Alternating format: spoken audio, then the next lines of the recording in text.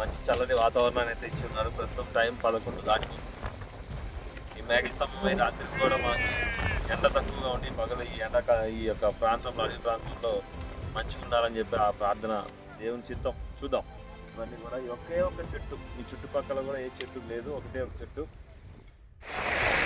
రాత్రి లేచి మార్నింగ్ చాలా 3 గంటలు ప్రయాణం చేస్తాం, నీళ్ళు దొరకలేదు.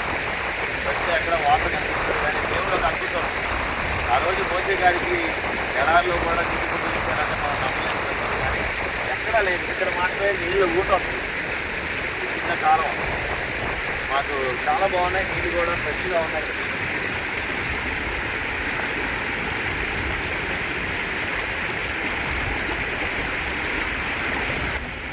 చాలా టేస్ట్గా కూడా ఉన్నాయి.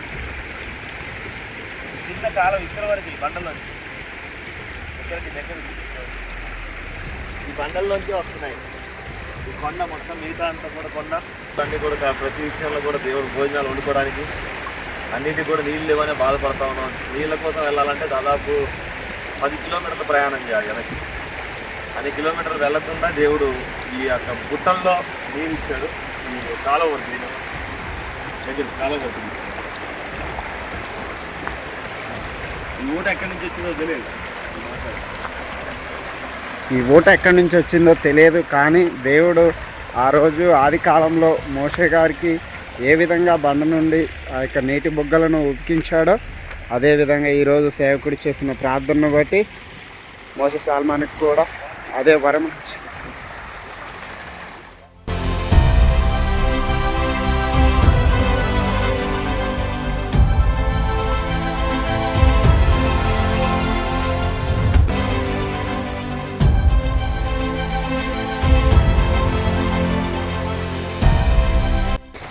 మా కోసము ప్రభు ఎడారిలో కూడా నీరునిచ్చినట్టుగా ఆ రోజు ఆదిలో జరిగినట్టు మరొకసారి చేస్తున్నట్టుగా కనపడతా ఉంది. ఇంకా ఎన్ని అద్భుతాలు ఆయన చూపిస్తాడో చూడాలి. నమ్మిన వారికి నిజం, నమ్మని వారికి ఏమి చేయలేదు. దేవుడు నమ్మిన వాడికి సమస్తము సాధ్యమైన విధంగా నడిపించాడు.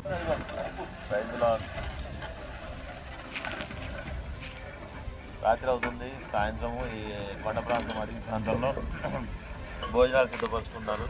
సేవకు నాతో పాటు వచ్చిన వాళ్ళు దేవుడు సెలెక్టెడ్ పర్సన్స్ 12 మంది, మొత్తం 12 మంది శిష్యులుగా ఉన్నారు.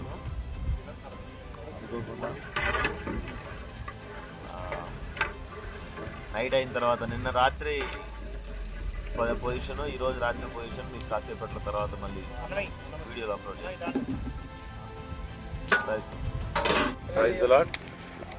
దేవుడు మనకి ప్రత్యేకమైన ప్రార్థన కోసం అందరితో ప్రజల మధ్యలో సౌకర్యాలతో దేవునితో ఆరాధించడం కాకుండా అసౌకర్యంగా ఉన్న ఒకనాడు ప్రాంతంలో దేవుడి కోసం ప్రార్థనలో గడపడానికి ఒక ప్రత్యేకమైన పట్టుదలతో వరములు దేవుని దగ్గర పొందుకోవడం కోసం ప్రార్థనలో ఉండాలని చెప్పేసి దేవుడిని అడిగితే దాదాపు 50 మంది ప్రభువుని అడిగితే ఒక 12 మందిని మాత్రమే దేవుడు సెలెక్ట్ చేసి పంపించింది.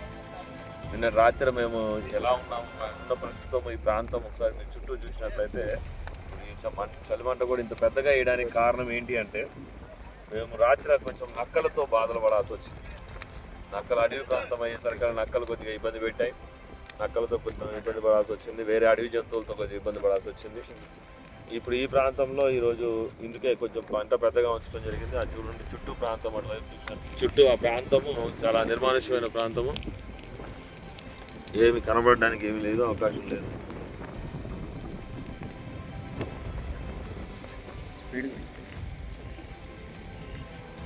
ఏమి అక్కడ చూసినా కానీ పూర్తిగా అడవి నుంచి ఇప్పుడు జంతువులు కానీ సౌండ్లు కానీ అన్నీ కనబడతా ఉన్నాయి.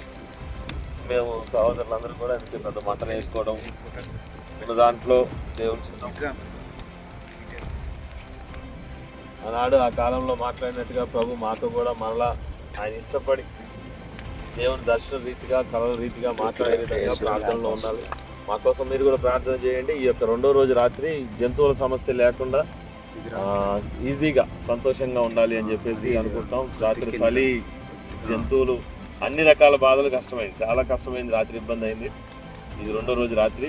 ఈ రోజు రాత్రి ప్రభు మమ్మల్ని పరిశుద్ధంగా నడిపించే విధంగా చిన్న ప్రార్థన చేసుకొని కాదు.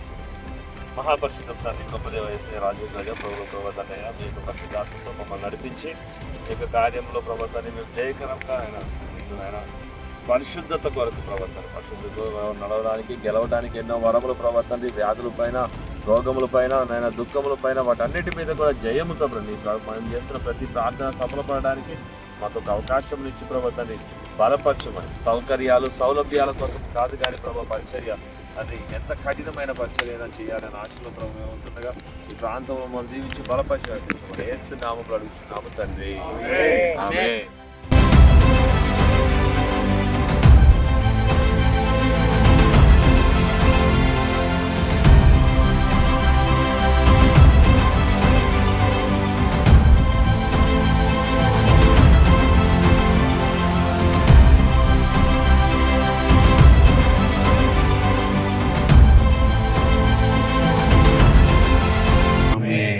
అవి మా యొక్క ప్రార్థన ఆలకించి రాత్రి మాతో ప్రభావ మీరుండి మీరే మిమ్మల్ని గణపరిచే భాగ్యం మాకు ఇచ్చి రక్షించి నడిపించమని ఏసునామములో అడుగుచున్నాము తండ్రి.